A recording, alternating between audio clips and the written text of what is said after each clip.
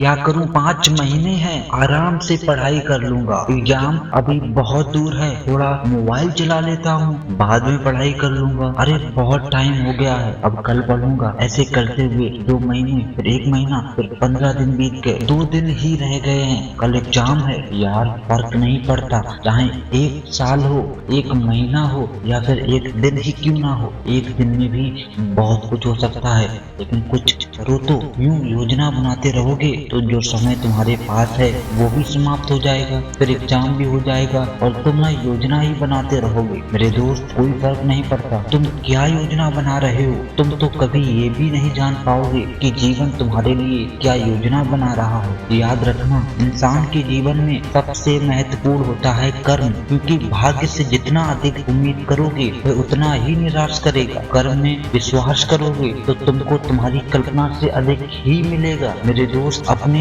लक्ष्य के साथ उठो, अपने लक्ष्य के साथ ही सोने जाओ, अपने लक्ष्य के साथ तैरो और अपने लक्ष्य में ही डूब जाओ। वर्तमान में तुम्हारा एक ही लक्ष्य होना चाहिए, एग्जाम में सफलता पाना, क्योंकि तुम्हारा भविष्य तुम्हारे वर्तमान पर निर्भर होता है। इसीलिए अपने लक्ष्य पर काम करो। और हाँ, एक बात का ध्यान रखना, समय सीमित है, इसीलिए इसे किसी दूसरे काम में व्यर्थ मत करो और जोरदार तैयारी करो। जिंदगी को आसान नहीं, बस खुद को मजबूत बनाना पड़ता है। सही समय कभी नहीं आता, सही समय लाना पड़ता है। मेरे दोस्त, माना कि आधी दौड़ निकल चुकी है, अब या तो ठहर कर अफसोस मना लो या फिर जीतने के लिए पूरी जान लगा दो, क्योंकि जो बीत गया है उस पर बात मत करो और जो वक्त बच गया है उसे बर्बाद मत करो। यदि तुम्हारे अंदर उत्साह और जुनून है तो तुम किसी भी असंभव कार्य को संभव कर सकते हो। इसलिए लगे रहो और पढ़ाई जोर शोर से करो। अगर वो करोगे जो सब करते हैं तो वही बनोगे जो सब बनते हैं। अगर वो बनना है जो आज तक कोई नहीं बना, फिर वही करना पड़ेगा जो आज तक किसी ने नहीं किया है। आंखों में नींद बहुत है